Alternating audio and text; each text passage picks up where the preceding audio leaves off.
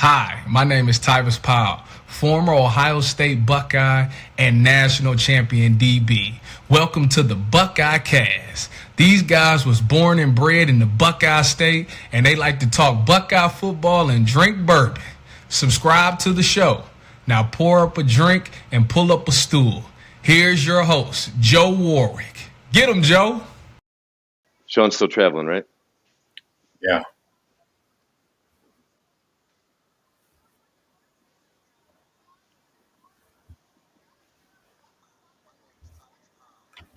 Oh, All right. Tybus, we appreciate you as always. We are back. Sorry for being a few minutes late. When your Canadian princess comes into town, you take her out to a fine dinner. Not a seafood dinner, but a fine dinner. And she says, your show starts in less than an hour. We got to get the food to go. And she made the executive decision, and she's a hell of an executive. And so we appreciate that.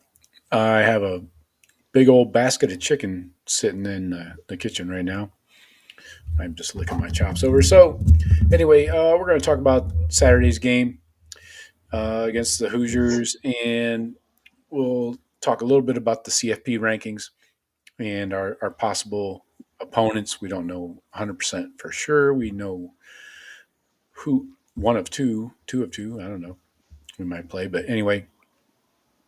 Yeah, hit the BuckeyeCast.com. Everything is on sale still. I decided to extend that sale for those of you shopping for the holidays. And the Etsy store has been getting slammed lately. Appreciate that. That's awesome.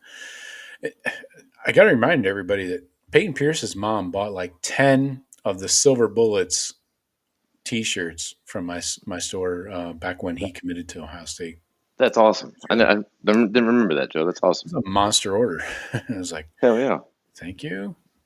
Anyway, I don't think she knew where she was getting them from. She only knew she couldn't get them from Ohio State free. So anyway, what are we doing here? Oh, we are live on YouTube and Twitter. Now we are also live on Rumble. Have you heard of this, Jeff? Let's get ready to rumble. No, yes, I've heard of Rumble. I did not know exactly what kind of platform it was, but I have heard of. Not to be confused with a dating app, I think. That is Bumble, I think. You think, or do you know? I honestly, I've never used a dating app in my life, so I'm pretty sure. What's the grinder one? Is that for dudes? Like I said, I will go back to my previous statement. Yeah, plead the fifth. That's what I always do. I plead the fifth. Right. So anyway, please drop your comments and questions into the chat. We will read them all. If you have thoughts on Saturday's game, please drop them in there. I really don't have a question tonight. Just get freaky in there. I don't care. What else is going on? We have the CFP rankings. We'll talk about. We can quickly talk about the other games from Saturday. Not that there was much we're talking about. I mean, Georgia, Bama, that kind of went the way I expected. I didn't think Bama would get over on them again. I mean, Same. That would have been weird. And there was some hitting going on. I'll give you that. Right? I mean, yes, it's always a great game to watch just because you know that it's Bama and Georgia for the last 10 years have had, along with us, the most talented rosters in the game, and it's all it's all a bunch of guys that they all recruit the same areas. They're right next to each other, so it's a lot of athleticism, and it's always a good game because there's always a lot of NFL players, high level football, and they're physical down there for sure. Yeah, I was impressed just with the defenses. Yeah, Bama can't run it or throw it now. Apparently, yeah. People were talking about Ty Simpson as a Heisman candidate like mid-season. Well, he had a great game against Georgia the first time. Right. That's That probably was kind of why. like that was his kind of coming out party there. Um, Yeah. but that quickly faded, especially after the Oklahoma game. Hmm. Yeah. And Stockton doesn't do much for me for Georgia. Maybe he's too much like Jake from State Farm. Something I don't know. He doesn't do anything to wow you. He doesn't make big throws, in my opinion. They don't have, crazy good receivers. Mm-mm. I mean, Yeah, he's not even Stetson Bennett that just makes just can. right. Stetson Bennett was not a great quarterback by any means, but he could just make plays. He could, when you With his needed. legs, he could, Yes. yeah. And well, he also had a couple NFL receivers he was throwing Yes, to. exactly. Tight Um, end. yeah, Georgia's going to lean on try to keep you around 20, somehow get 23. Yeah. Yeah, that game was pretty lame, honestly. I had a tough time watching that shit. I, Um, yeah, but I'm sure anybody that's not a non-Indiana Buckeye fan, they're going to say, the Big Ten game was a snooze fest.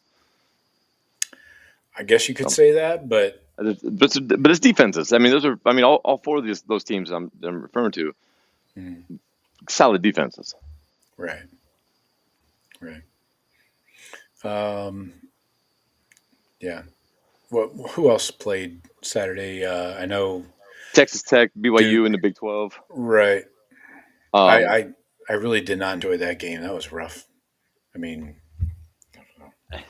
I can't. Yeah, BYU's quarterback, the Bear, right. Bear Bachmeier. Man, quit throwing it to 13. Quit Yeah. throwing it to. I mean, that dude was all over the place. Yeah. Um, Texas Tech wasn't. I always thought BYU was flawed, so I'm not super impressed by Texas Tech. Mm, They look at a good team. Their defense, they make plays, turnovers, and that kind of stuff. But I, I never thought BYU was much offensively. So yeah, they did what everybody, what they did with the BYU, what they did to them the first time. Really, they kind of manhandled them. The ACC game, I did not watch one. The last 2 minutes I watched. I watched Duke's quarterback run around on a random scramble for like 10 seconds and then hit a 3rd and 20 pass yeah. to Yeah. seal it, kind of. And I was like, that okay. That was the only play I watched of that game. Trash. Jesus Christ, Virginia. Yeah. That's Seven more and than I five. Seven watched. and five wins that conference. So Yeah. we got to figure out the tiebreakers in these Well, conferences, man. well, Miami still got in the playoff. So does the Right. conference championship even matter anymore? Another reason to get rid of them. That was the point. I don't know if you want to bring it up now or later, but Miami, if they kind of tighten up the parameters of what the tiebreakers are, Yeah. Miami, Miami was in a 5-way tie. They had the They worst tiebreakers of any conference in the ACC. dumber than hell. Um, What the and, fuck are we doing? and you know what? And so Notre Dame can look at the ACC and tell them that's what fucked Notre Dame, because if Miami played for that conference championship, Mhm. they would have won it. There's your ACC champion. Opens up another spot. Right. What about this Notre Dame AD coming out and saying that they might end their ACC scheduling contract? You think there's something to Uh, that? Bevilacqua? yeah, I Sounds like a character from Seinfeld. there's a Bevilacqua in the Sopranos too. Yeah, of Um, course there was. um, I think there is, because Notre Dame, that doesn't necessarily mean that they're leaning towards, but it's probably one more thing, them leaning towards, or seeing the writing on the wall of maybe we do need a conference, because if Notre Dame was playing Yeah, for a conference championship, they would have gotten in the playoffs. right. Yep. Instead, they Um, were idle, what, the last 2 weeks? yeah, they played Is that Stanford. correct? They 2 played weeks ago? Stanford. Yeah, yeah. Over 2 weeks ago. So, yeah, you're out of the public eye, and that's why you got jumped, probably.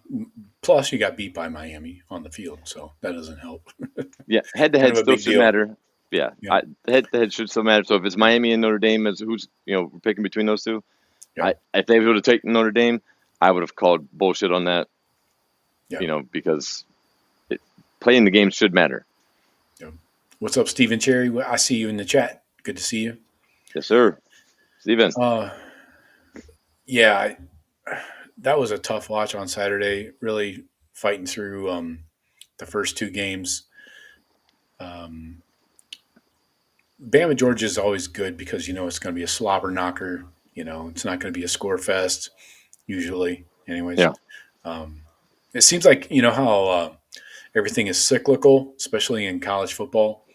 You remember like a few years ago, people were going up and down the field, launching the ball, throwing to Devontae Mm-hmm. Smith and guys like that, and just Bama was putting up 50 plus every game. Now see how it's reverted, and Ohio State's part of this too. Mm-hmm. Ryan Day's no longer trying to put up 40, 50 points. He's slowing the game down. We'll score 30 and win. We don't need to get to 50, and we're going to play with great defense, and same with Bama, Georgia. They're doing the same thing. See how quickly things have kind of reverted, or just continuing to evolve maybe is better. Yeah. It's look at the Heisman finalists and their stat lines. I mean, look at the leading touchdown pass thrower in NCAA this year. Yeah. We're not you're not getting It's Joe in the Burrow 30s, 50. Joe Burrow Yeah, 60s. yeah, you're not throwing 50s. Remember those old Yeah. Texas Tech or Houston quarterbacks, Yeah. 5,000 yards and 50 touchdowns. Klingler. Yeah, Andre Ware. Yeah, like Yeah. Sonny Cumby, Graham Harrell. Graham those Harrell. guys. Yeah. So Those you're guys. right. So, shout to Julian Sayin, Heisman finalist. Yep. We'll see him in New York. Yes, sir. Representing.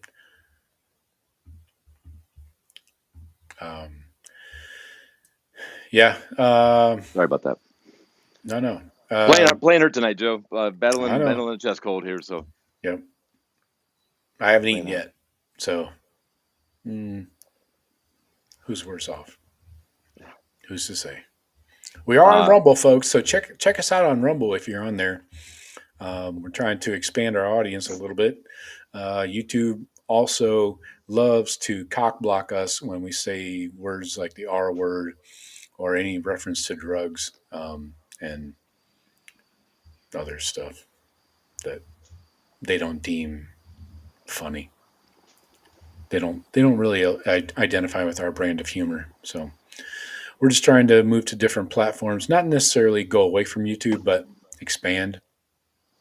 Because why should they? And they don't pay us anything. YouTube pays us $0. So, and there's it's Google and so they're mammoth, but right. Yeah, I don't give a shit. So, all right, let's get into the Buckeye game, and we'll quickly at the end talk about how the rankings came out. We're not going to dive into who is better than who or who deserves, because who deserves is a very subjective question. The Buckeyes lost. First time in 12 weeks. And looked bad doing it. Yeah. I guess it probably really stokes the fires of those talking heads nationally that were saying Ohio State hasn't been tested yet. So I don't know what to think of them. So not exactly like we didn't respond well, but things seemed to go Indiana's way the entire night. Right. I mean, when you go drive by drive, the lack of holding calls by the refs. I'll tell you that. Let's go ahead and tackle that elephant in the room. Okay, go ahead. Jesus Christ, Big Ten. You cannot. Nobody, not without scarlet and gray colored glasses, you can't watch that film and tell me that there's not blatant holds. With our guy in the backfield, fucking getting tackled almost in some cases by two guys. It's like the refs came to and told, like, the refs sent out a memo to the coaches, said, "Hey, we're not going to call holding tonight," and Ohio State's comms got deleted out, and then we didn't get the message, but Indiana did. I mean, at Indiana, it looked like they said we're just going to hold every play and make the refs call it. Yeah, and the refs said we're not going to call it on you guys every play. So I guess good on you. even But though we holy should. fuck, that was ugly. That was the ugly. That was the bad. That was Yeah, good it Lord. was. Yeah. And that's huge. That's pressure. That's Kenyatta Jackson, 2 yards away from the quarterback, running full speed, Mhm. getting tackled. Right. But he's not completing passes when we're sacking him. You know what I mean? That we could have had. I'm guessing 8, 9 sacks. It looked Yeah, we like. just had 3, but we had 15 pressures. That's while being held. Yeah, yeah, right. I guess do we count the pressure as we're getting Yeah. tackled at his feet by Yeah. Yeah, their pretty much. yeah. Zen Mikowski turnstile. Yeah. Wonder why he didn't Yeah, make it here. right. They abused the shit out of him, and Kenyatta was the most assaulted person I've seen in years, even in public. Um, Seems like he could have a case there against the Hoosiers That's and that offensive line. It was disgusting to watch. My eyes were offended. It was bad. Caden Curry though, All Star, still had 6 pressures, 2 sacks. He was being held as well. yeah. But Kenyatta, 5 pressures, a sack. Arvell with a couple. Sonny, Taiwan Malone even chipping in some pressures. I mean, the DNs, Curry and Kenyatta, really brought the heat. And I don't know. Yeah, I they guess played great. The defense played great. I can't the balls the 50-50 balls that were thrown, we were in pretty good position on everything. They made plays. I have Jermaine had a bad day. I Jermaine got some plays made on him. But he was in position though. You know what I mean? So, their guy was Yeah. better than our guy in those matchups. Lorenzo. I can't fault the defense at all one bit for a team that's averaging probably around 40 a game. Yeah. You know, Sonny Styles he was making every goddamn tackle. I saw Mhm. standing Right. guys up, no, not giving up. Running backs were not falling forward for another yard or two when Sonny Yeah. got a hold of them. Right. You give up 13 to the number 2 team in the country with probably the Heisman Trophy winner. Right. The offense that they have shown. You give up 13. You should be. That's good on you. You know what I mean? And some of that was our offense, the ineptness of our offense, putting our defense in bad spots. So I thought defense, there's play here, play there, but I thought defense played great. Yeah, 13 should get it done. I think we said this before. Yeah, our offense should have only been 7. Yeah. If our offensive problems are Yep. problems. Definite problems. So let's run through the position groups here. Saying, what do you have here? 258, 1 touchdown, 1 pick. Again, throwing a pick early in the game. I don't have a problem with a pick early in the game. It's much better than a pick late in the game because late in the Sure. game means you're chasing. And that's the worst time to throw a pick when you need the points. Early in the game, you can overcome that on defense, with some good play. But sacked 5 times. He had 6 sacks total before the game, going in Uh-huh. all season long in 12 games. And it affected him. It did affect Yeah, him. his clock was sped up. That was clear. I mean, Wasn't seeing some plays. Wasn't seeing Ennis Yeah, a couple times. That got free down the middle. he just couldn't get yep, it there because he was sped exactly. up. Yeah. Bo Jackson, probably the highlight on offense. Him and Jeremiah. Jeremiah had 144 on 8 catches.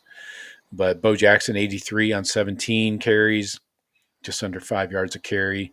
Almost broke multiple runs. I don't know how that dude tackled him by the thigh. Jesus, That was a breakaway.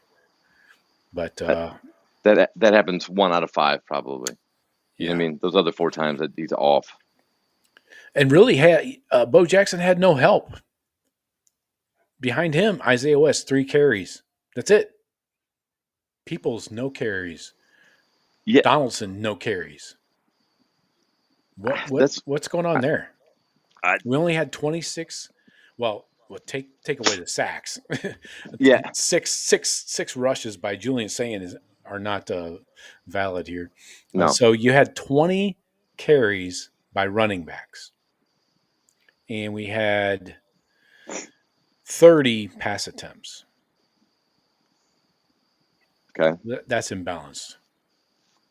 20 carries, 30 pass. Well, I if we're executing properly and we're doing what we want to do, I'm not bothered by that number because we do have a a gold star fucking pass attack with Mhm.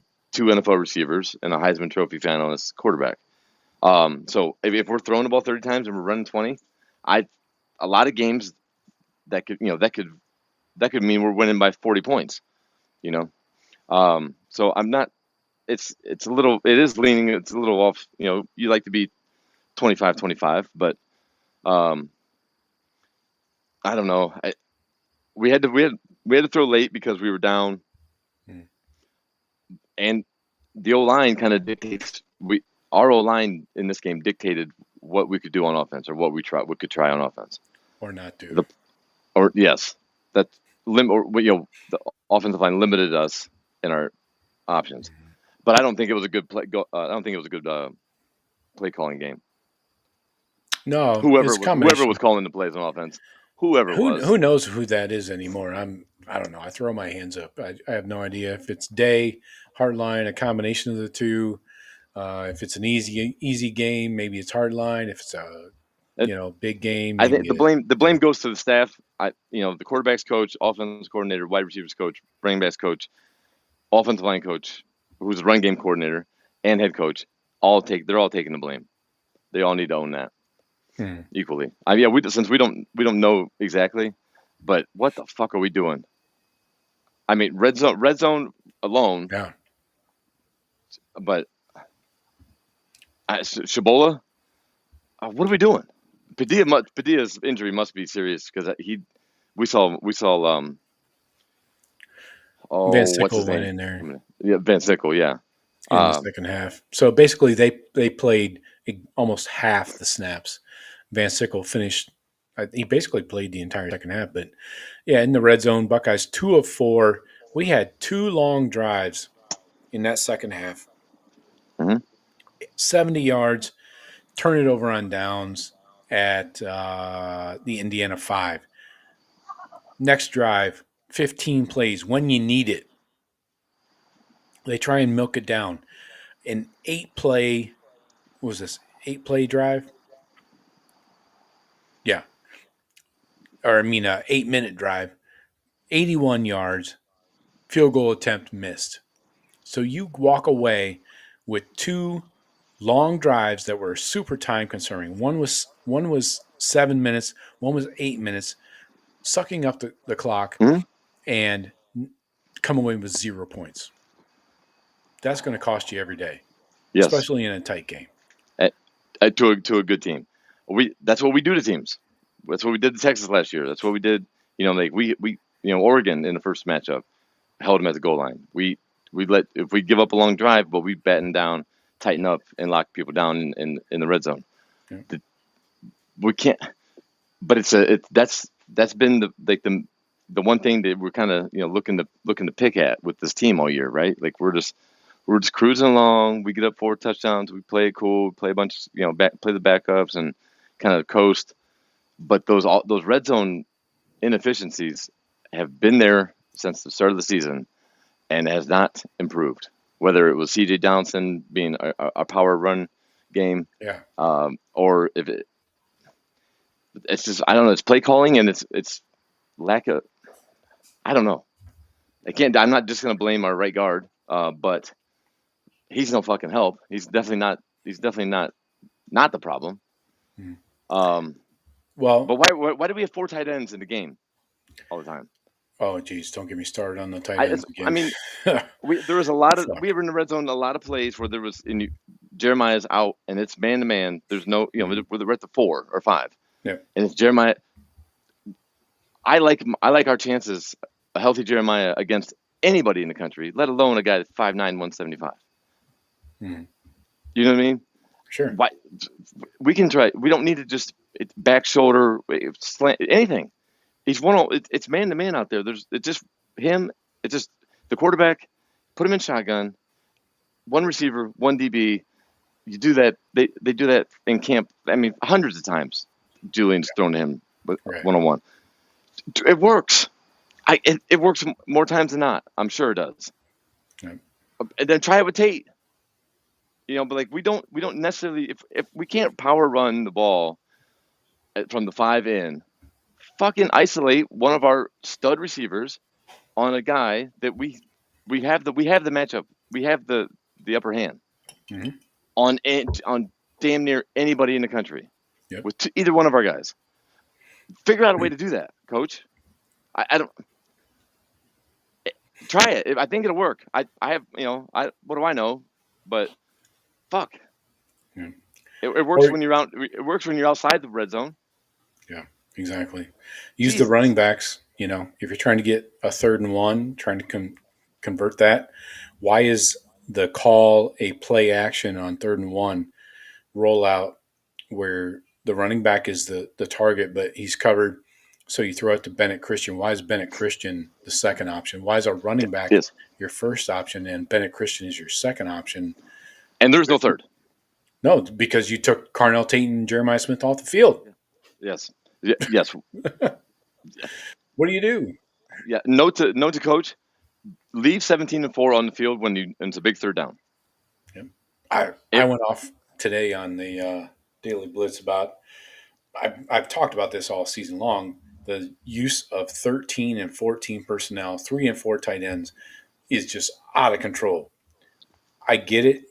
If you want to like prove a point and it's like you need 1 yard, but at times you can be successful running the ball for 1 yard when you spread teams out.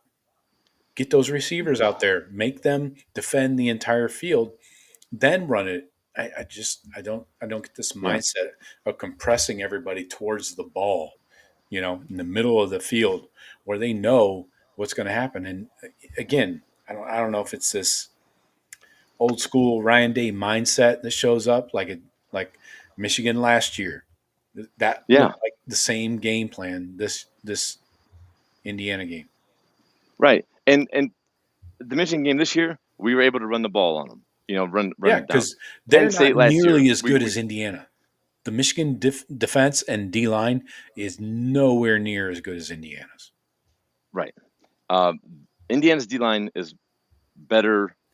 They played better than our offensive line. We don't have the offensive line to line up and say, all right, we're fucking slamming everybody in here. We're 4 tight ends or 6 offensive linemen, and we're going bully ball. We don't have the offensive line to be able to do that. I don't give a fuck if you have 8 tight ends in the game. That doesn't. If your 5 up front can't do what they need to do, it ain't gonna work. The way what we're running, straight off. There was no counters, there was no trap, no off. We weren't no misdirection in the backfield. It was all just like, okay, we're in the pistol. We're gonna, snap. Completely show run, not give any type of RPO or nothing. Yeah. Just, say and just sits there and holds the ball and waits for the running back to come get it. Like it's antiquated fucking offense, man. Like what? We don't have the guys to do that offense. It doesn't work. We average fucking 2 yards a carry doing that. The total meltdown by the O-line is part of the problem too, at least from Saturday. 5 sacks allowed, 9 TFLs. This is their obviously worst game of the year. Van Sickle actually graded out well. I would say well is relative, 62. But Tegra in pass blocking graded out a 17. 17. That's out of 100. That tracks from what I saw. That seems about right. 3 pressures, allowed a sack, and he got yanked. But at what point do you say, sorry, Tegra, you don't get to start the fucking game? I mean, how many mistakes so what I'm trying to picture in my head, why he keeps getting the start. Why is Tegra started last year and this year every game, right? And I'm like, there must be a disconnect between what the coaches see in practice and what we see in the games on Saturdays. There has to be a big difference. Like something major is happening that they see and they're like, yeah, Tiger's the guy. Or they're they're like, sorry, whoever's behind him, not good enough. Tigra is our best option, and you just throw your hands up. He's not a great option, but he's the only option. I don't And know. if there's nobody better to take to cut to behind him, that's on the coaching staff too. Because if you can't, because we haven't developed guard depth, we don't. I mean, Van Sickle came in and played better than he did. Oh, he Padilla has always every time he has come in for Shabola, I have thought just without looking at numbers, just I test. I thought Padilla has always looked better in general. right. But we still go back to Shabola. I don't understand why. I mean, I got nothing personal against the kid, obviously. It's not like I'm not going to sit there and fucking heckle him if I saw him in person. But bro, you're playing for Ohio State University, man. You're playing like shit. Like it's embarrassing. But I don't understand why we don't have someone. Why the coaches don't feel that someone's better. Because I think the two guys I mentioned play better than him. Yeah, I think We got 3 weeks though. We got 3 weeks. We'll see. We'll see if Padilla's injury. See what that is. I think if he comes back, if we get him healthy, I think he starts. well, Van Sickle graded out higher in run and pass blocking than Tegra this week. He graded out an 86 in pass blocking. That's over 17 snaps. Tegra had 18 snaps and graded out a 17. Allowed 3 pressures. So show me where the downside is to starting Van Sickle. Right. He even graded higher in run blocking. I would be happy with him or Padilla. I just thought that Padilla had positioned himself as number 2 on that depth. So, Yeah. But if he's injured, that's why they were going with Van Sickle. I'm good with either one of them, just not 77. Yeah. Give me a different number out there. I think I don't know why this is so hard for the coaches, but they're going to have to take a hard line and say, sorry, Tegra, we're trying to win fucking trophies here. You're costing us games. That's not a stretch. Yeah, I don't know what we're not in depth inside the program, so we don't know what Tegra really, what the benefits. We're not seeing any what he's bringing to the offense. All we see is his performance on Saturdays, and it's not good. I'll tell you, Philip Daniels is not impressing me either. He's kind of a head case at times, back and forth. Allowed 2 pressures and a sack. Yeah, and that the sack his run blocking is terrible too. Yeah, yeah, he's like a high motor. He's emotional. Plays to the echo or maybe past the echo of the whistle, which is great and all as long as you don't get flagged for it. But he needs to do that to make up for the lack of skill. Yeah. But I mean, but that goes back to the coaching staff as well. I mean, we did have to make a change, with the O-line coach. Ours moved on to the NFL, and bringing in new guys. So, but we got to develop depth. There's got to be guys behind them that are coming along at this time of the year. Even the freshmen and sophomores, at this time of the year, they should be ready. I mean, if these guys are 4 or 5 star guys, 4-star linemen. Well, I think Van Sickle is the man to go in. If anybody is going to get benched, it's Tegra, and Van Sickle is the man. So let's see. We talked about the lack of explosiveness with the 13 and 14 personnel. This is not a news flash to anybody. The 3rd and short play calling in the red zone were questionable. Personnel choices again. It's great we had those drives that chewed up clock, which is what we've done all season. But if you're not going to get it in the end zone, what good is it? Just waste time, you know? Right. It should have never came down to us needing a field goal to tie it. But Yeah. as shitty as we played and as bad as the refs were with holding on our defense, we still had a chance to tie it with a couple minutes left in the game. Yep. And we missed a goddamn extra point. I'll go back to that third down call that we talked about earlier. But before that, the drive previous, where we are going, what are we doing here? Let's see. That was third quarter, last drive. Yeah, we go to finish the drive. We're at the Indiana 7, 2nd and 3. Bo Jackson up the middle for 2. Julian saying pass to the left, incomplete over Jeremiah's head. That's when he threw it away. Fourth, Because of pressure. That was the 3rd and 1 play, that was a one-man route. Yeah. Remember, there was no other options. What are we doing? I understand you're at the 5 of Indiana, but you're running a one-man route. And if he's the only option, then you throw it to him or throw it up throw a jump ball. You know what I mean? You can't. Where it's catchable, not in the stands. Right. Yes, that's what I'm saying. I mean, then 4th and 1 is the quarterback sneak, and of course he doesn't get it. He doesn't know how to do that. He doesn't. He can't stay on his feet because he's Yes. small. Yes. That's when you bring in, if you're going to run that, bring in keen holes. Everybody already knows it's coming anyways because you're lined up under center. You know, there's not many options to go with the ball for 1 yard. So I bring in keen holes. He can fall down for 2.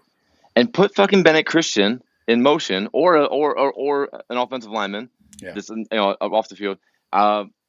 Who did this? Oh, it was in the Tulane, North Texas game on Friday night. They bring an extra offensive lineman in, kind of like an offset tight end on the left. Right. Comes in motion, and then right when he gets towards the quarterback, right almost to the quarterback, starts changes his shuffling. So he's shuffling, going facing the line of scrimmage. Yeah. And as soon as the quarterback snaps it, he's right there behind the quarterback and just grabs the quarterback and launches him forward. Yeah. It works. It works.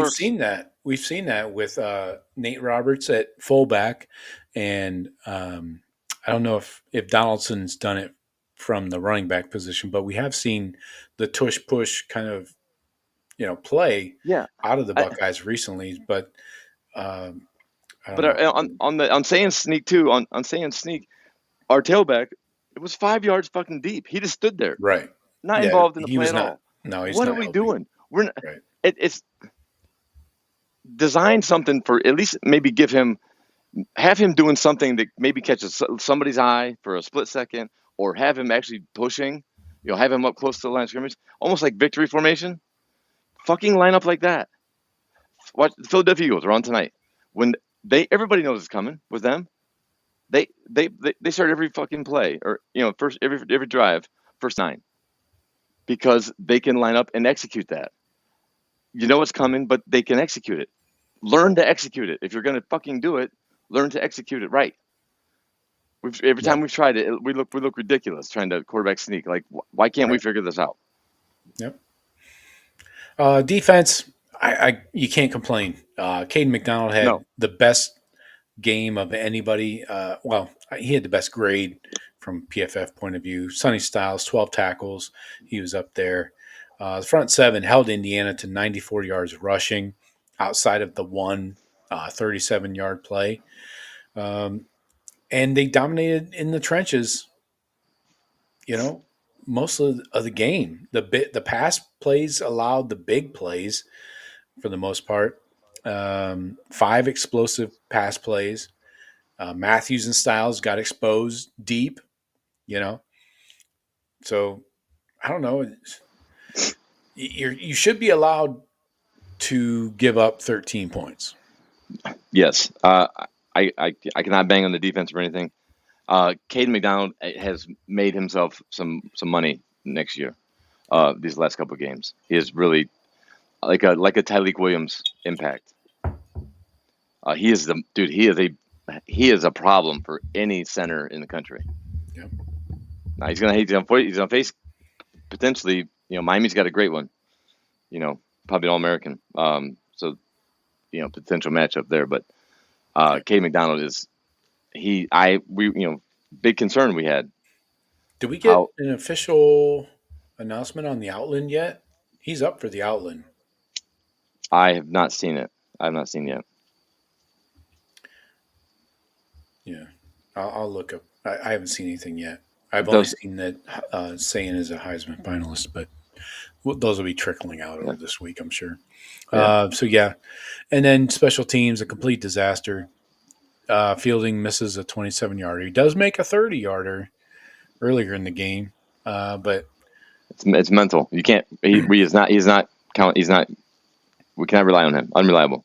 I saw a video of him chirping with Indiana fans on the sideline before the game. So there's that. Exactly. Yeah. 4 of 11 on thirds. What I mentioned earlier. Yeah. Let's see. Going back to game stats here. Third downs, 4 of 11 for the Buckeyes, 6 of 13 for Indiana.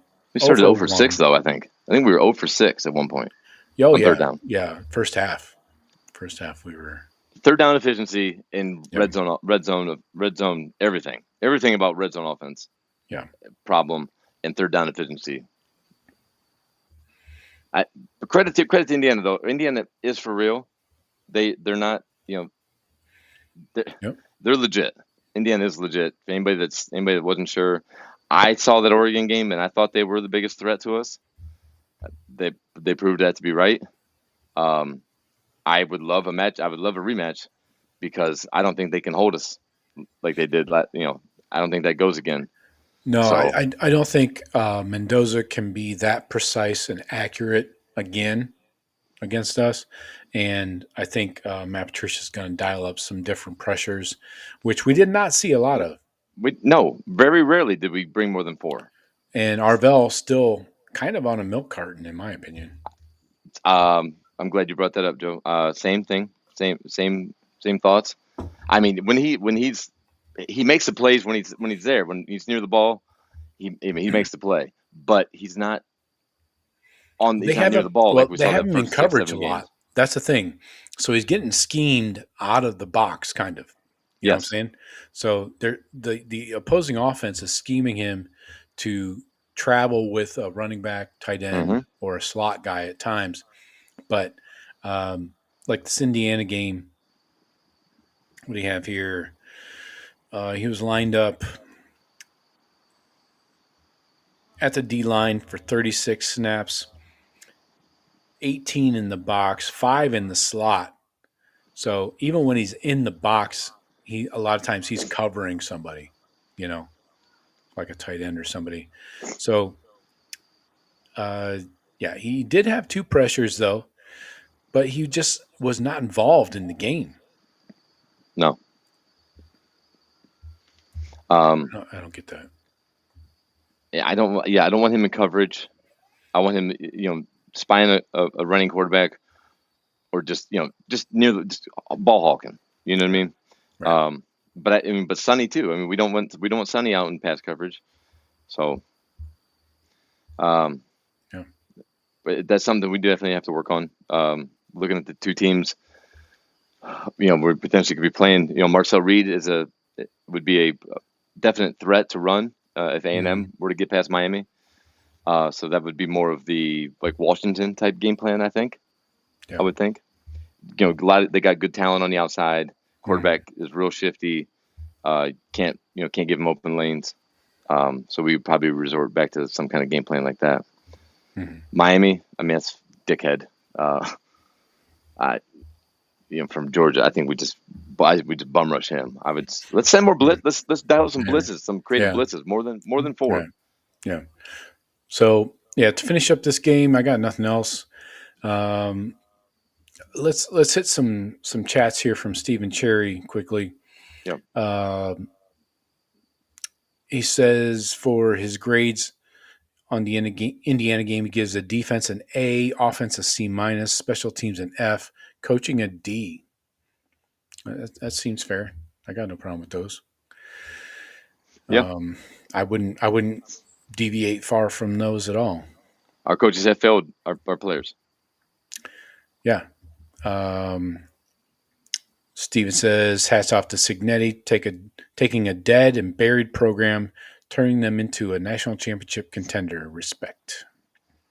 Money talks, man. Money talks. Yeah. Money, and money he's done it 2 moves. years in a row. It's not just a one-off, like we've seen at Colorado. Mm-hmm. Steven says, hate singling players out, but Fielding and Tegra go sit on the bench. Unacceptable. Yeah. Do we have options behind Fielding is my question. I know we got a kicker from Ball State, but he's from Ball State. I don't know if we want to go with a guy that hasn't kicked the ball for us all year and bring him into the playoffs. But Jesus Christ, we can't. We're late in the game. We can't rely on him on Fielding. So that changes play calling. Yeah. Not knowing we're not getting inside the 20 is the only time I'd feel comfortable. Yeah, I don't know what this guy's deal is.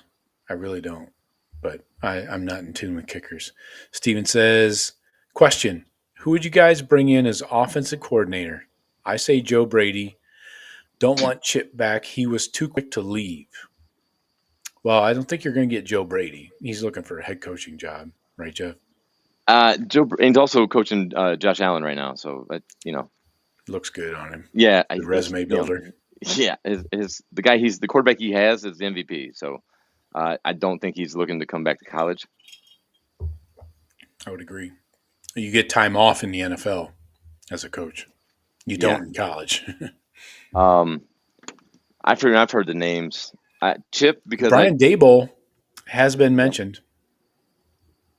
But again, why do you come back from the NFL to college? I don't know. Daboll was with Saban in Alabama.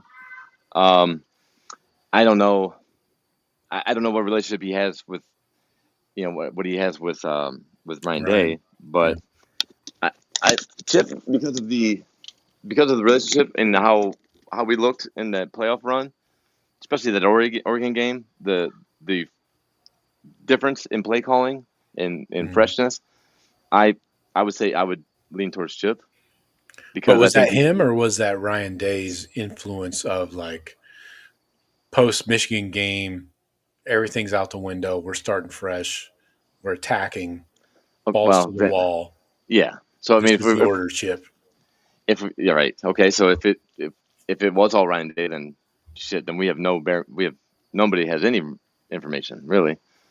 But you got to find somebody to come in and be the OC. I don't care about the wide receivers coaching. We can find a good high level recruiter at wide receiver that's going to still bring in 5-star talent. But the OC part of it is something you're not going to find, somebody that does both. So you're basically adding one to the staff, which is not a problem. There's unlimited, positions. So adding somebody, we can afford that clearly. But I don't know from the college ranks who that is. Yeah, what were some of the other names? Some of the names they were mentioned. Daboll, but he was just an NFL coach. The head coach, get fired this year. OC in college. Would he?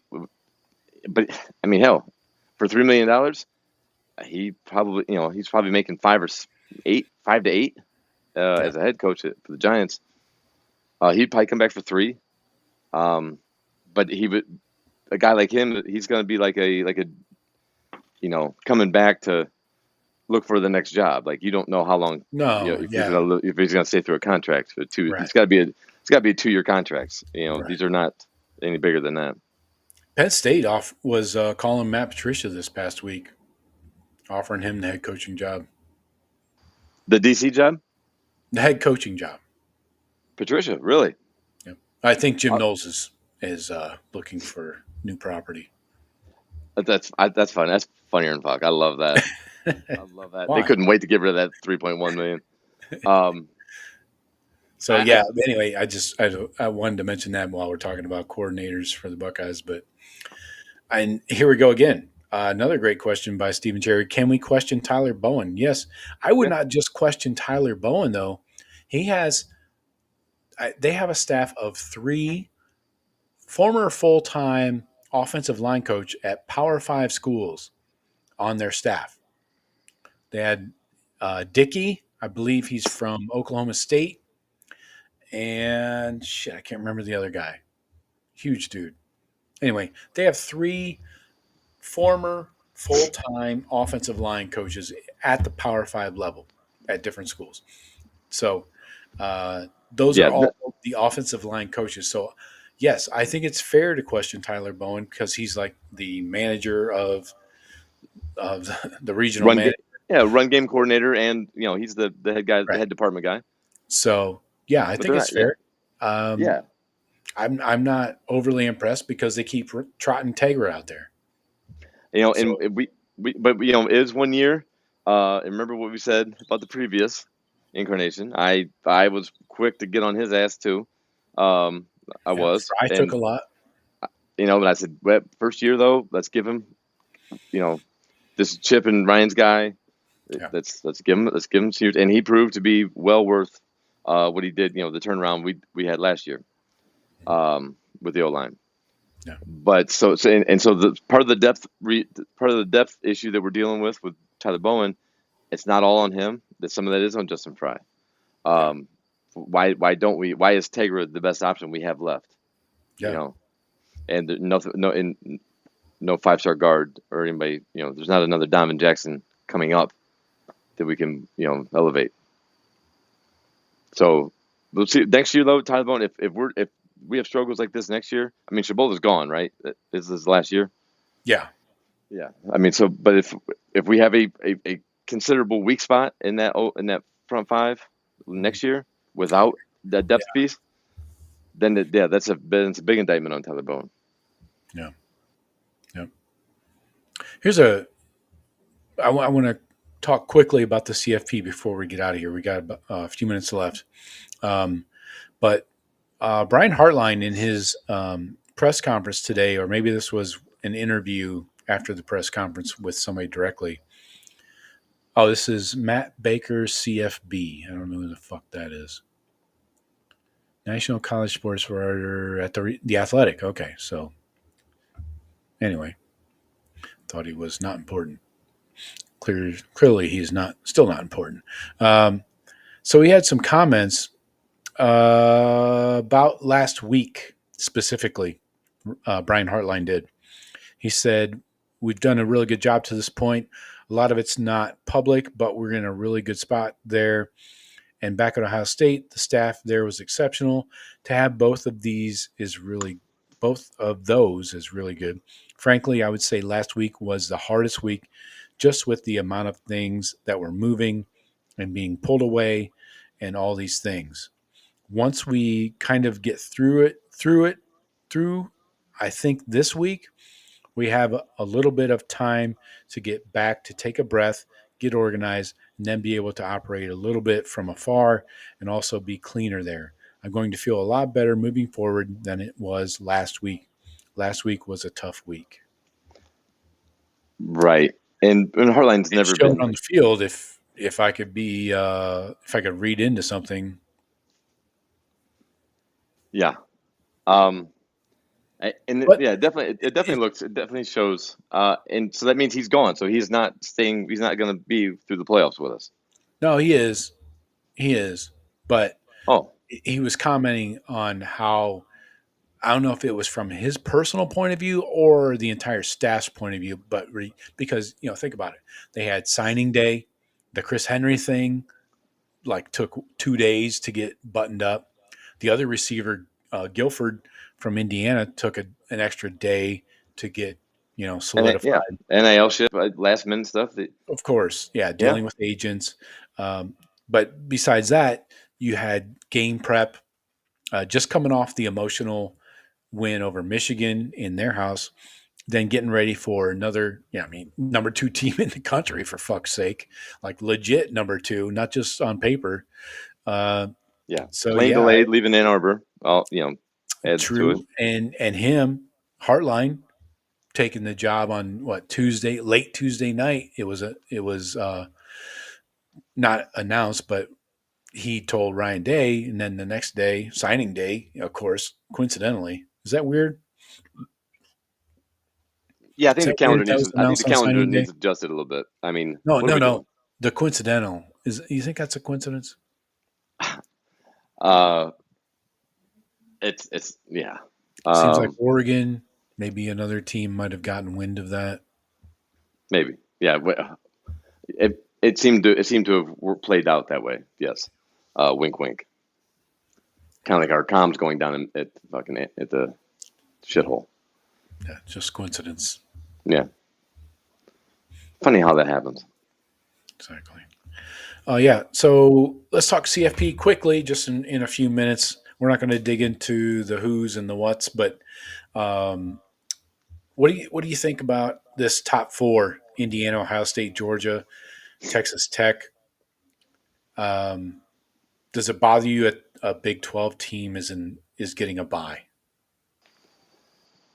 No, because it's that Big 12 team. Texas Tech they've done exactly what they should have. They've beat everybody up that they've played. Right. Everybody by double digits. You know what I mean? So like there's no low games, no. Like us, our game with Nebraska last year, where we fucking barely held on, and got by. They don't have none of those. But their schedule's much easier. Oh, sure. But they're legit. I mean, they had a huge portal. They had a huge. Yeah, they paid it. Very well. Well thought of portal class. Everybody wanted that Bailey kid, right? I think his name's Bailey, the edge rusher from Stanford. David Bailey, maybe. I'm not sure. I made his name might be wrong, but yeah. I mean, so they got that Rodriguez kid he's legit, and they got playmakers. So they've looked the part all year long. So no, I have no problem with them being the 4 seed with 1 loss. So I think I would have liked to have been the 3 actually, but I'm surprised we only dropped to 2. Honestly, I thought Georgia would get a bigger bump for beating Alabama because they hold Bama in such high regard. Yeah.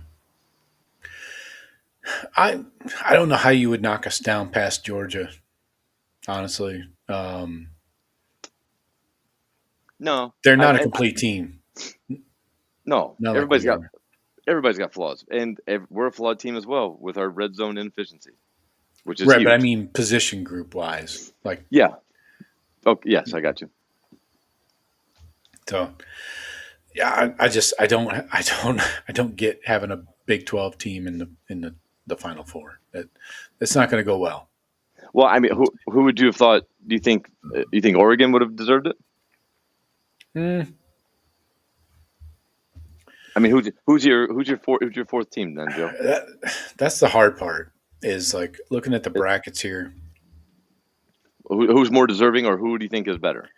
That's the thing is I don't go with that more deserving bullshit because that's subjective. That's like people's opinion. Because Texas Tech is deserving. Yeah, I really just on record I understand why Texas Tech is there at 12-1, but I think. I want to say Oregon and maybe Oklahoma beat them. I think they're better. Like depth-wise. Put on neutral field, Texas Tech versus Oregon, Texas Tech versus Oklahoma. Yeah. And maybe even Bama. I can't rule Bama out. I mean, as much as I hate to say it, and how mediocre they look at times, and Ryan Williams just seems to disappear. And they have no running game whatsoever, but they have a solid defense that keeps them in games. So, and the running game is due to injury. I mean, they had running backs, right, but still they don't have them. Right? They don't have them now, right? So, But that top half of the bracket, I mean, looks very difficult. I would rather have Tulane, Ole Miss, Miami, and Texas A&M to Yeah, take on versus Oregon, Bama, and Oklahoma. yeah, because Oklahoma's defense is legit, and with their quarterback's healthy, he's a problem. Yeah, and even Oregon with the injuries to the receivers, they got a great running game and a great defense. So They got an NFL quarterback, which is you need that. yeah, they're probably going to beat Texas Tech. I could see them I beating Texas Tech. and that's going to be in the Rose Bowl, right? Correct. No, Indiana plays in the Rose Bowl. No, yeah, Indiana's Rose Bowl. I don't know where Texas Tech is, Well, Indiana's got the bye. but I'm saying, First game. Oh, yeah. Okay. Yeah. I got you. yeah, This New Year's Day, it's yeah, Rose Bowl for Indiana. because The we one are. seed. I do like our draw of having we go Cotton Bowl, Fiesta Bowl. Yeah, Dallas. We have we played in Dallas a lot, and fucking Arizona's like a home game for us. Man, I'd love to get back out there for that. fuck yeah. Relive, and that trip is gonna be like this. That trip's gonna be a lot shorter, a lot less people than the last time, Joe, in '06. But Yeah, just me, you, and Sean. That, that might be good. That might be a good trip. I promise. No, I promise no fights. I promise. I can't promise that. Oh, yeah, well, you were the one running your mouth. That's the reason I fought. But That was that one time. it happens. Yeah. But I do one like. last comment before we get out the door here. Stephen Cherry says, "Thanks for your contributions, Heartline. Stay down there with the Bulls." That's fair. Ryan Day is probably going to call the plays anyway. So, do we need you, Heartline? I mean, Yeah, this might be too much for him to be able to juggle both. yeah, Tom Herman was able to do it. I mean, but that's Urban. That was also Urban.